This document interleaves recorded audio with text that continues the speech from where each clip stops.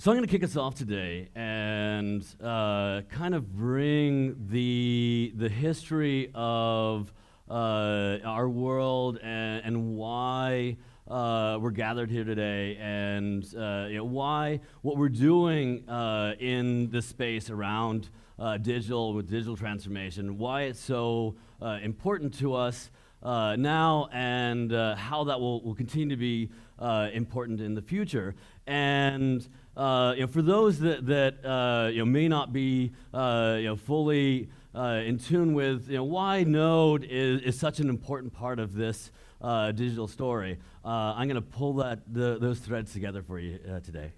So let's dive in. Application development in 2018 is built upon this foundation of the web. When we're building applications, we're leaning on JavaScript, the web APIs, HTML and CSS as this lingua franca that we can deliver an application experience dynamically to users in internet time and now digital time. So developers love this platform. It's super reliable. It's proven to be reliable and serviceable by the enterprise, and it's based on free, open, standard. You add to that Node.js, and it's JavaScript. It's web APIs. It extends the capability in the operating environment to being able to run native code. And it is the platform that enables us to generate the dynamic HTML and CSS experiences. Developers love this platform. It's reliable. It's proven as an enterprise platform. It's free. It's open. It's based on a lot of standards, but it's not yet standardized. So how do we get here? There's a lot of work that's gone into this, and I'm going to take us way back. So 25 years ago, we had this sort of seminal moment for the platform that we have today, where the work that was happening in military research at CERN released the source code for the World Wide Web into the public domain, giving us this base asset that is now grown into this core platform for everything that we're working on. And interestingly enough, immediately thereafter, we begin this song and dance with proprietary software. So we have this amazing web platform, and then in order to access that web platform, we have the NCSA Mosaic browser, a proprietary platform for engaging with that web. So shortly thereafter, Sir Tim Berners-Lee founded the W3C to begin to curate that the internet experience and help build some of these building blocks on that foundation of public domain to ensure that broad use of the platform could continue on. And part of the reason I started out in the web is really because of Mark Andreessen. I saw early in my career the success of Andreessen exiting Mosaic and creating the Netscape browser and kicking that off. Again, interestingly enough, creating a proprietary browser for accessing that. In 1995. Then Microsoft joins the fray and licenses Mosaic, and that's the foundations of Internet Explorer. And so we begin a dance of innovation, and back then we were beginning to expand the capabilities of this document-oriented platform. And early in my career, when we were going through the standards battles, it was do we adopt tables as markup because that's breaking the web. Certain browsers don't have table capability, so if you begin to adopt these new markups in the language, then folks with older browsers couldn't access that content, and so there begins the debate of innovation versus making sure that the World Wide Web is accessible to all. So this cycle of innovation, begins, and with the Web Standards Project, we have the first strong push to say, all right, Netscape, Internet Explorer, great. You're helping drive forward the web, but let's come together and keep the platform together so we can all use this, and so it's an asset for everybody. So the more we began to rely on the web platform, the more we wanted from it, and things got weird. We tried to add all kinds of sugar to the experience. Maybe it's applets. That was terrible. If you think your 50 tabs in Chrome is bad, running one applet in your browser was a terrible experience. Really began to break the commons of the web. And then we wanted more interactivity, and so we explored things with Flash. And then we wanted to take that interactivity and intertwine that with markup, and explored things like Flex. Do we have any Flex developers in here? All right. So Flex is this weird markup that then was subsequently rendered down into Flash. So you're using a very familiar tool, and then taking that and outputting that into this proprietary format that breaks so many of the sharing and principles of the web. And along the way, we have ActiveX and Silverlight and some of the various other platform interpretations. And all of this, we were striving to innovate, striving to expand the capability of this platform. This adding so much to our ability to collaborate, our ability to deliver experiences, but it's breaking the open web. It was a rough battle. So then, interestingly enough, Microsoft is there and begins the standards journey. It's interesting, especially given the lawsuits and everything that Microsoft has gone through. But the lessons that came out of that really cemented so many of the turning points in the evolution of the web platform and Node.js. So Microsoft releases Internet Explorer 5 and begins to really drive home the standards web experience. And then in 2003, we begin to explore, very creative. I don't know if folks remember the CSN Zen Garden, but it was one semantic web document that we all collaborated on, and we're able to sort of take and interpret and explore standards together and see how rich an experience we could develop, all off of a semantic document. And then the web is growing. We're asking more of it, and increasingly we're getting into deep applications in the web, going beyond documents and going into things like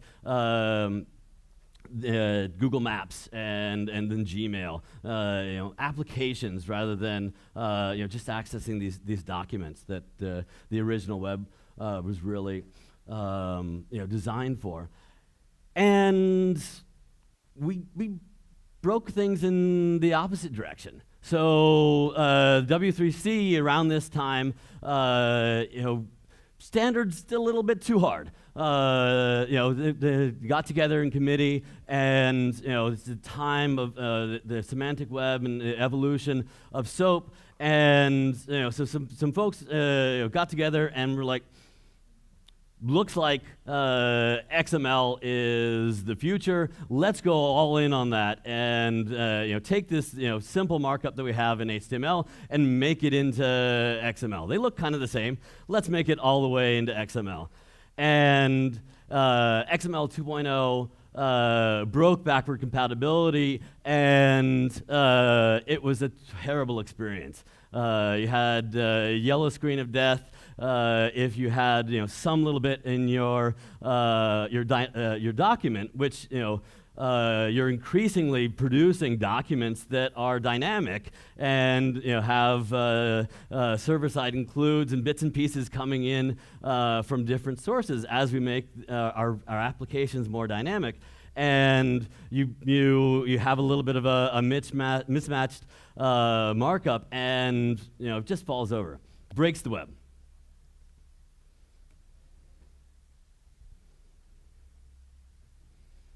So, bad. We're like, no, we're not going there. That led to the formation of the What Working Group, the What WIG, and dedicated to taking HTML to the next level and bringing it forward into this new space where we need the web to be an application platform, much more than the document-based platform that we've had in the past. 2005, the initial spec of the web applications spec was released, and then a few years later, there's a lot of time going into and going by here. But when HTML5 finally came out, it was it felt like it uncorked the possibilities of the web. We'd kind of fallen on our face with XHTML. And HTML5 really reopened the platform. So interesting, the spec is finalized in 2009, right at the same time as Ryan Dahl is creating Node.js. So Dahl is using Node and trying to make the web more dynamic. So if you touch on Flash, one of the core problems that Ryan was trying to solve is you're downloading a thing from the internet, and there's no sense of any sort of progress from the server of how your data is coming at you. And so the Node springs out of this attempt to make the internet experience richer and more informed by having this partner platform. Then in 2011, we extend this experience with NPM and make sharing code extremely easy. So we're have the interchange and the interoperability of the web platform and Node matched with this interoperable and write once, run anywhere experience where we're able to incorporate all of these components from all over the world into our platform. It was good. We did lots of great things, but in 2014, we had a bit of tension where there was a group that was really trying to keep Node an elite platform where only experts should be contributing, and we as a community we refused.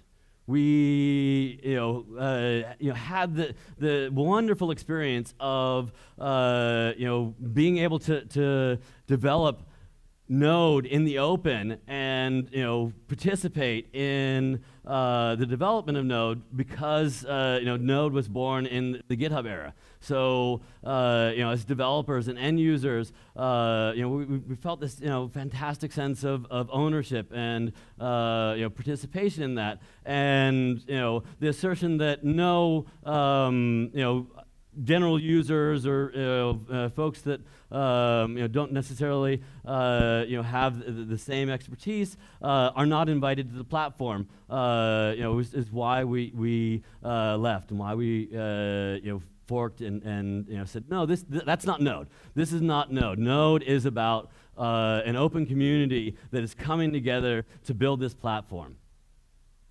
So, thankfully, we found the path back together in an amazing moment of open source where oftentimes you look at the proliferation of platforms in Linux over time, and special interests and special needs forked and adapted to special situations. But Node and IOJS came together and created once again a singular platform now with open governance. So that sense of open community can be backed by solid, dependable governance that individuals and corporate interests can all rely on and begin to look into a very long-term strategy around.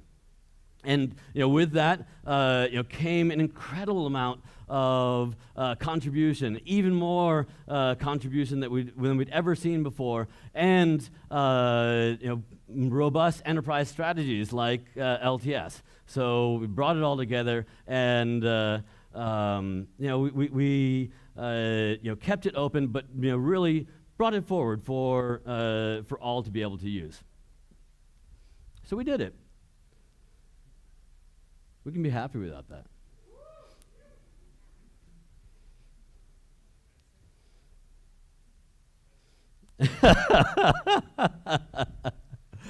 So here we are, Node and the web platform, and JavaScript, web APIs, a little bit of native code, HTML, CSS. If you put that Venn diagram together, my goodness, we are one big happy family. Node has a little bit of access to native code. WASM is beginning to come in.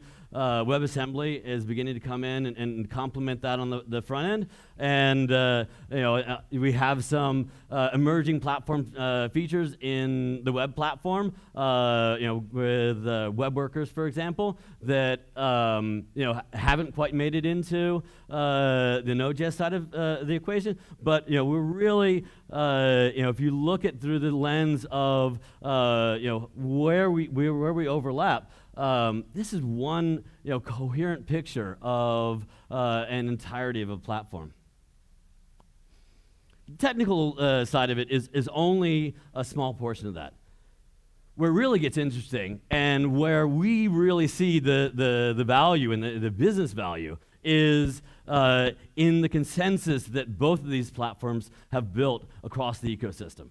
So Node and the web platform have massive user base. And both really have this broad reusability. You can take the web assets and use it on all of your devices. And Node, in the same way, we're leveraging code from npm, and we're able to share in open view source ways of empowerment and enablement. We have these APIs that are shared, they're well known, and they're familiar. And the only area that we really begin to differ is this area of governance. So Node has this path towards an amazing future with open governance. And then the web platform, we have robust guarantees with the standards bodies there, but we have a little bit of fragmentation. We have the W3C, we have the WWIG, and a little bit of a lack of collaboration there. So there's an opportunity in the web platform for us to learn the lessons of Node and collaborate more and work harder to build that consensus together. So that way we all have this shared asset. We have an incredible shared asset that we can really look into the future and have robust guarantees around. So if we look into this next 25 years, Node.js and the web platform, I would say that there are two technologies that really have the staying power to look at that distant horizon in the future: Linux and the web. Those are, if you were to ask me, what can you predict that will be there in that far future horizon? Node.js and that broad web platform, and if you look at the underpinnings of both, it is that one self-same surface area. So what we've seen is proprietary platforms just consistently under-delivered over time. We can't rely on that work if we're going to be building on top of it. If we need to build on top of a foundation for far future reality, invest in that. The investment in standards, the investment in this broad consensus is an asset that we can have and take into the future. Open source is great. Open source informs our lives. Open source is eating technology. But there's a level beyond open source and open governance that enables us to collaborate, enables us to do business, enables us to provide much more robust guarantees in how we're consuming open source. And standardization is a fantastic tool, but it breaks down when we get into a space where we're trying to standardize into the future. We're designing in standards. That's where we fail. If we build, we innovate, and then continue to collaborate and take the technology learnings and grow the platform, and then do the hard work of building consensus and finding how the platform needs to extend to grow to our needs. We've grown from documents into this application space, and we aren't stopping here. It's going to grow, and we're going to ask more of the web, and we're going to do it, but then we need to make sure that we're building and expanding that consensus around standardization to be able to work together. So today, we're joined together and sharing experiences, networking together, building understanding, and sharing what we've learned so we can grow digital platforms and grow our understanding together. So thank you for joining us at NodeDay, and I'm really excited to bring this event to you. Thank you.